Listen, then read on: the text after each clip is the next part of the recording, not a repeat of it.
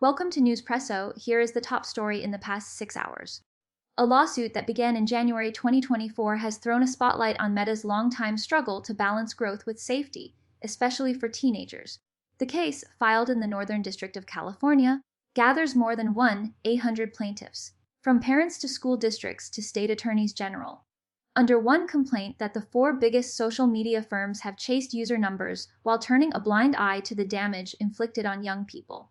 At the heart of the filing is a testimony by former Meta safety chief Vaishnavi Jayakumar, who joined the company in 2020 and was stunned to learn that Instagram's policy would only suspend an account after it accrued 16 reports of sex trafficking-related activity. The brief says she was told that the 17x strike threshold was a deliberate design choice, a threshold that, compared to the industry, is exceptionally high. It also claims that internal documents back up her story, pointing to a pattern of deceit that downplayed the risk of sexual exploitation and other harms. The brief lists concerns. Adults on the platform routinely harass minors. Mental health problems are detected. Anxiety and depression are common. They are rarely removed. Facebook use harms teen mental health. Instagram use also harms teen mental health. Study found a week's break lowered loneliness. Study found a week's break lowered anxiety. Study found a week's break lowered depression, but results were buried because they threatened revenue projections. When Congress asked Meta in 2020, Meta answered. It was a single word. Meta's safety approach is growth over safety. Researchers recommended teen accounts be private. They aimed to stop strangers from contacting kids. The growth team predicted a loss of 1.5 million teen users per year, and the recommendation was shelved.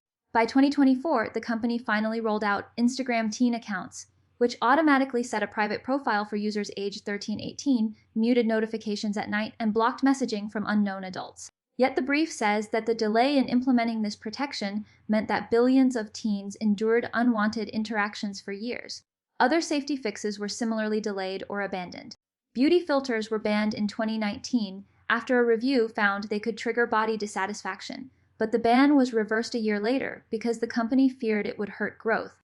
An AI tool delete self-harm content was triggered. It was triggered at 94% certainty. Most such content stayed online. Meta knew 4 million users under 13 on Instagram. 40% of kids aged 9-12 use the app daily.